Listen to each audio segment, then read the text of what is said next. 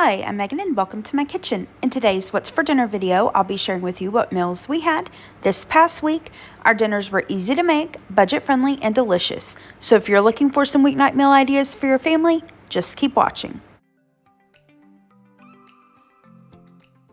For dinner this first night, we'd eaten a late lunch and Gary was not hungry at dinner time, so I dug in the fridge and pantry to come up with something quick and easy for myself using what I had on hand. I decided to make a ham and Havarti sandwich. Here's what I'm going to use to make it. I've got some ciabatta rolls, Havarti cheese, leftover ham from Easter. This is the last little bit that I had. Some arugula, tomato, some pre-cooked bacon, and then honey mustard. I just added everything to the sandwich, no rhyme or reason, and toasted it in a skillet. I put a cast iron skillet on top of the sandwich to make like my own panini press. And then on the side, just cleaned out the refrigerator and made a side salad using vegetables that I had with some of the Olive Garden Parmesan. Is it the Parmesan Ranch or Peppercorn Ranch? Either way, put that on top, and that was dinner that night. For dinner the next night, I tried a new recipe for a creamy pesto gnocchi. I'll have the recipe linked in the description box below. Y'all, this was so easy to make and took like 15-20 minutes max. So to the skillet, I'm going to add in some white wine. I'm using non-alcoholic. That's personal preference. If you don't want to use white wine, you could just use some broth. Next up, we're going to add in some pesto. Now, I thought I had just regular basil pesto on hand. I didn't, but I found this lemon artichoke pesto, and so I decided to use it. Oh my gosh, it was so good. Then I'm going to add in some minced garlic. Now heavy whipping cream, and this skillet, by the way, is on medium heat. Once I've added in the whipping cream, I decided to add in some freshly cracked black pepper. I'm going to give that a really good mix, and then on medium heat, you're going to bring this up until a gentle bubble. And this is just the like side of the pesto. You can see the brand and everything. We got this months ago, I think when we were in Georgia or something like that. I just had it in my pantry. You can use whatever kind of pesto you want. Once it's at a little bubble, we're going to add in a package of gnocchi. You want to make sure that the pieces are broken up. We're going to give that a stir, and then again, make sure it comes back up to a little bubble. Put a lid on it and simmer it for 5 minutes. After 5 minutes, remove the lid, give it a stir, and then we're going to add in some grated Parmesan cheese. You can use, freshly grated if you want. I had this stuff in the jar, so that's what I'm going to use. I decided I wanted to add in a little splash of cream. It was a little thick, and yeah, just let that simmer for just a minute or two until it's thick to your liking, and that's it. Did I not say super easy and quick? Like I said, 15-20 minutes max. Now, we are going to make some garlic bread with the ciabatta rolls. I needed to use them up. In this little bowl, I've got some softened butter. I'm going to add some salt. I always use unsalted butter, and so that's why I'm adding salt. If your butter has salt in it, I would skip that step. Now I'm going to add in some minced garlic and then mix that up really well. I'm going to slather that over my ciabatta rolls. You can do this on, honestly, whatever kind of bread you got. If you got hamburger buns, hot dog buns, just plain white sliced bread, this works on that too. So once I've got that slathered on, I'm going to sprinkle it with some grated Parmesan cheese. I popped this into a preheated oven. It was set at 400 degrees, and I baked it for about 8 minutes until the bread was golden to my liking. Now, I happen to have just it was like a chicken cutlet in my fridge that I really needed to use up, and so I decided to marinate the chicken for a few hours. I used some of the Ken's honey balsamic vinaigrette, and then I just used my Cuisinart little indoor grill and grilled up that chicken till it was done. I'm going to let it rest and then slice it up, and I ate just a couple pieces of the chicken just to try it, but really I made it mostly for Gary. I wasn't super hungry, and I wanted him to have a little protein and use up the chicken breast. Win-win all around.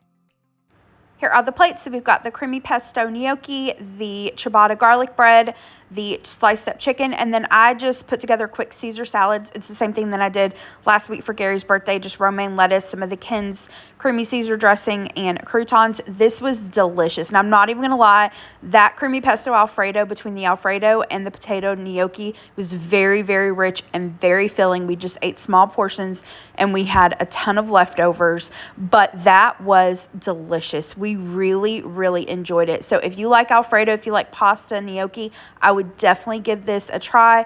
And once again, it was so quick to put together.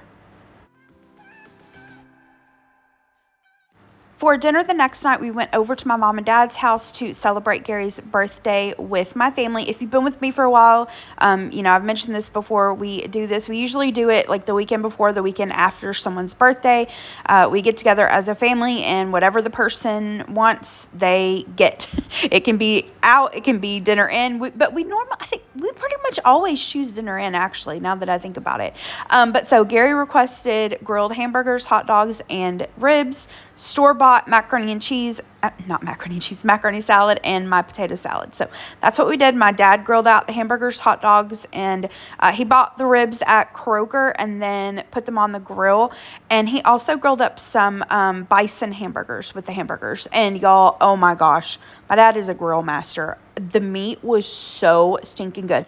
My dad also made some cowboy beans. He kind of loosely follows Shotgun Red's recipe. I'll put that down in the description box below. And then my mom set out all kinds of condiments, and we had different kinds of pickles and all the things. And then I made like my potato salad he requested. And then I had a bag of coleslaw mix that was, I needed to use up. So I did 2 different kinds of coleslaws. One, I just mixed the coleslaw mix with some poppy seed dressing and called it a day. The other one, I chopped up the coleslaw mix with my food chopper to make it more like KFC, like little tiny dices. And then I didn't follow a recipe. I just added a little mayonnaise, salt, pepper, and sugar, and there we go on the coleslaw. Everything, like I said, was delicious. And then for Gary's birthday cake, he wanted an ice cream cake, so my dad picked one out. I'll have to look at it. It was a Kroger brand, and my sister picked it up. And y'all, this ice cream cake was delicious. It was really, really good. I'll try to remember to get a picture of the brand and what it was and insert it, because it was really, really good. But yeah, we had a really nice time celebrating Gary's birthday with my family. Mom and Dad sent us home with leftovers from Gary's dinner, and then we had leftover of the creamy pesto gnocchi, so we just had that for dinner this night. For dinner the next night, I had Cajun cod on the menu plan, but when it came time for dinner, I just really wanted salmon patties, and so I decided to do the Cajun cod for Gary. He hadn't eaten a lot that day, so I knew he'd be hungry, and the cod pieces that I had were kind of on the small end, and so I made myself the salmon patties. So I didn't really follow a recipe for the Cajun cod, but let me show you what I did. So here I have my cod fillets. I've got them in some aluminum foil. For the butter, I had just a little bit of this churn. It's shallot and garlic butter. It's got a little bit of balsamic vinegar. I found this at Target, I believe. I just had a little bit left up of it, so I melted it. I'm going to brush it on both sides of the cod, and then I sprinkled it with some Cajun seasoning, added a couple lemon slices on top, folded up the foil. You could do this in the oven. You could do it on the grill. I popped it in the air fryer. I cooked it at 400 degrees for about 8 minutes until the cod flaked with a fork. Here's the finished cod. You don't have to use cod if you don't want to. You can use whatever kind of fish, and you don't have to use the Cajun seasonings. Use whatever seasonings you want to. Now I'm going to make the salmon patties. I make these the way that my granny did. In this bowl here, I've got my can of salmon. Now, when you pour out the salmon into a strainer or a bowl, you will see that there's some skin in there and there's some bones. I don't mind the little skinny straight pin bones, but the little round bones, I like to get rid of those. And then when you drain it, keep some of the juice off to the side. You might need it. I'm going to add an egg, give that a stir. And then for seasonings, my grandmother just used salt and pepper. I decided to add in a little onion powder and garlic powder. You can add in diced onion if you want to. You could add in some Cajun seasoning, whatever you want. And then for the binder, Granny used cornmeal and flour, so that's what I'm going to use. Some people do all flour, some people use breadcrumbs, some people use crushed up saltine crackers. Make it however you want to make it. Now this is optional, you don't have to do this, and I don't remember my granny doing this, but I like to add in just a tablespoon or 2 of some mayonnaise. It just makes it extra moist and tender. I'm going to give that a stir. I did need some of the juice from the canned salmon, so I added that in, and then I formed that into 4 patties. I'm going to cook those in about medium heat in some oil in a skillet until they are golden brown on each side, maybe about 3 to 4 minutes or so. You can use canned mackerel or canned tuna instead of salmon if you prefer to do that. I had a couple zucchini I needed to use up, so I cut each zucchini in half, and then I cut each half in half and then cut little sticks out of it.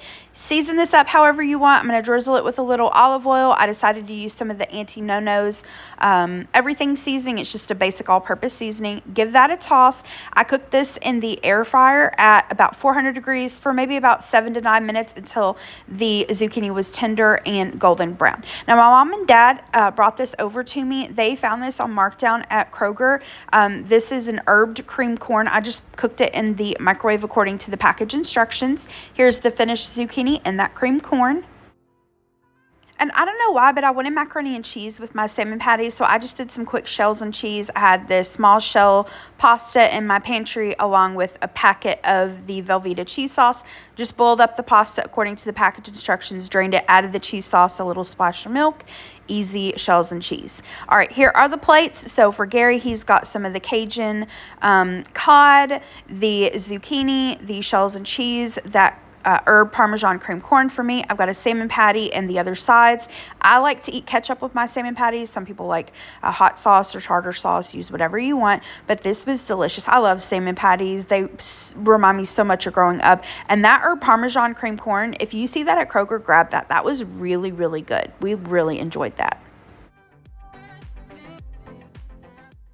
I had 2 pieces of tilapia in my freezer that I needed to use up. It wasn't really enough to make like a main entree size portion, you know, for both of us for dinner. So I decided to do some blackened tilapia tacos. Again, didn't follow a recipe, tried to use stuff that I had on hand, cleaning out my pantry and freezer. I mean, it's important to stock up, but you also got to work through what you have. Otherwise, food just goes bad. So what I did was, what was it for? The last week, I'd made a chipotle mayonnaise. I don't remember why. Oh, the tequila lime club sandwiches. I had that left over, so I decided to make a quick sauce using that. I just added in a little sour cream and lime juice for the tacos. I gave it a good mix and popped it into the fridge just while I finished the rest of dinner. For this side, I tried a new recipe for a cheesy Fiesta Corn casserole. I have the link down in the description box below for you. I have the recipe. In this saucepan, this is on about medium heat. I added in some butter. Once the butter melted, I'm going to take a can of Fiesta Corn that I drained, add it to the skillet, give it a stir. I cooked the corn for about 3 minutes, and then we're going to add in some softened cream cheese. Now, y'all, I could have swore this was a tub of just like regular whipped cream cheese. It wasn't. It was vegetable cream cheese. And I thought about not making this for a minute, and then I was like, you know what? I'm sure it'll be fine. So I just tossed it, and it was fine. Couldn't really tell a difference. I'm going to add in some paprika, salt and pepper, give that a stir, and I allowed it to melt for just a minute or so. And then I'm going to add in some shredded cheese. I had some shredded Colby Jack and a bag of pre-shredded cheddar, so I just added a little bit of each. I felt like it was just a tiny bit thick for my liking. I had some heavy cream on hand from the Pesto Gnocchi, so I just added a tiny little splash of that. Give it a taste, adjust the seasonings to your taste, and then we're going to put that into a greased casserole dish. We're going to sprinkle that with a little more cheese. This is going to go into a preheated oven set at 350 degrees and bake for about 20 to 25 minutes until it is bubbly and that cheese on top has melted. I garnished it with a little chopped cilantro. That's optional. You don't have to do that. I think green onions would be good on this. So for the tilapia, I seasoned both sides with some Blackened seasoning. Use your favorite brand or make your own, and then I squeezed a little fresh lime juice on the fish. And you could blacken this on top of the stove. That's what I was going to do, but I had the oven on anyway for the casserole, and I thought, hey, I'll just throw it in the oven. So I baked it along with the casserole until the tilapia flaked with a fork. I don't know if I mentioned this or not, but I didn't follow a recipe for this, but I did look at Pinterest for blackened fish taco ideas, and like everyone that I saw had like a chipotle sour cream topping, so that's why I decided to do the chipotle mayonnaise, you know, doctor up what I'd made, and then they had coleslaw, and so I had some of the leftover coleslaw from Gary's birthday party, and so I just decided to use that up. And I added just a tiny splash of lime in the coleslaw. All right, here are the plates. So I warmed up the tortillas, laid down some of the cooked tilapia, added on the coleslaw, that chipotle sauce that we made, and then I took some feta cheese. I know it should have been like queso fresco or something like that, but I didn't have any, but I had feta cheese, which is close. So I added that, some of the cilantro. We've got the corn casserole, and then we had some of the leftover macaroni salad from Gary's birthday. He was pretty hungry for dinner, so I added that to his plate. This was delicious. Everything Everything was so good, and this was a quick and easy dinner. For the last dinner in this week's video, I went off a meal plan, but like an hour before I was going to start dinner, I decided that chicken and stuffing just sounded really good to me, so I did a chicken and stuffing casserole. I've shared this before on my channel. I'll link the recipe in the description box below for you. I had like 50 things going on at dinner time, so I apologize. I didn't film this step by step, but it's really easy. I just took some leftover cooked diced chicken. I had put it in the freezer. I pulled it out, thawed it. You can use rotisserie chicken. You can even use raw chicken. You just need to adjust the cooking time. I added some cream of chicken soup on top of the chicken, and then added some dry stuffing mix, some broth, and then baked it at 350 degrees, covered with foil for 30 minutes, uncovered for about 10. Again, if you're using raw chicken, you'll need to adjust that cooking time. And then I whipped up some instant mashed potatoes. These are just the packet of Idahoan instant mashed potatoes made according to the package instructions. I took a can of peas, warmed that up with a little bit of butter, salt, and pepper, and called it a quick and easy dinner. I forgot to get a picture of Gary's plate, but he ate the chicken casserole and some of the leftover shells and cheese from the night that I did the cod and all of that. So yeah, that was dinner that night. All right, that is it for this week's video. Thank you so much for watching. I hope that you liked this video. If you did, hit the thumbs up button below and subscribe to my channel if you're not already. I hope you have a great rest of the day. Thanks so much for watching. Bye-bye.